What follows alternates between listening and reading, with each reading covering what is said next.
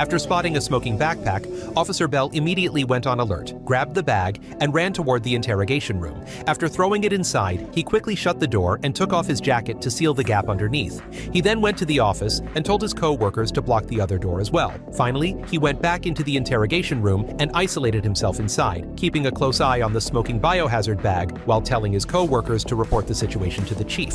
After hearing what happened, the chief responded at once, ordering the security guard to lock down the entire building while everyone else was required to remain at the scene. Meanwhile, after learning that the police station had been attacked, Detective Sherlock looked into the case and found that 2 years earlier, a criminal group had carried out a similar biological attack on the station, killing 7 officers. Following this lead, Sherlock went to a bar and met the mob boss behind the group, asking him about biological weapons. But the crime boss said that everyone involved in the biological attack years ago was already dead, so this attack was clearly not their doing. Seeing how direct and sincere his answer was, Sherlock set aside his suspicion for the time being. Soon, staff from the CDC arrived at the scene. The chief called the person in charge into the office and asked him to collect any fingerprint evidence during the decontamination process, because the person who had activated the bomb device was likely still hiding somewhere inside the station. But to their disappointment, there were no fingerprint clues inside the backpack. Instead, they found several photos of the police station stored on it. Since multiple people had already shown symptoms of poisoning, they had to quickly identify the culprit to prevent similar incidents from happening again.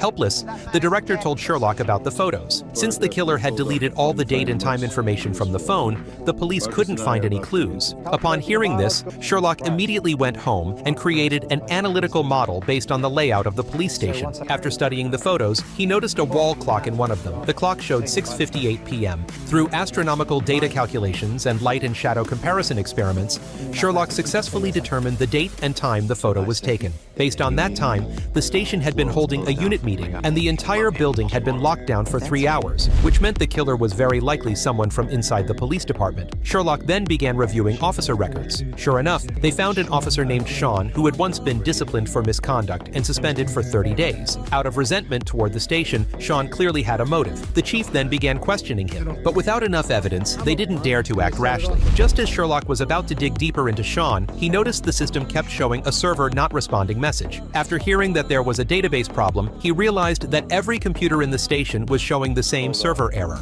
Sensing that something was wrong, the chief rushed to the equipment room, only to find that all of the station's servers were gone.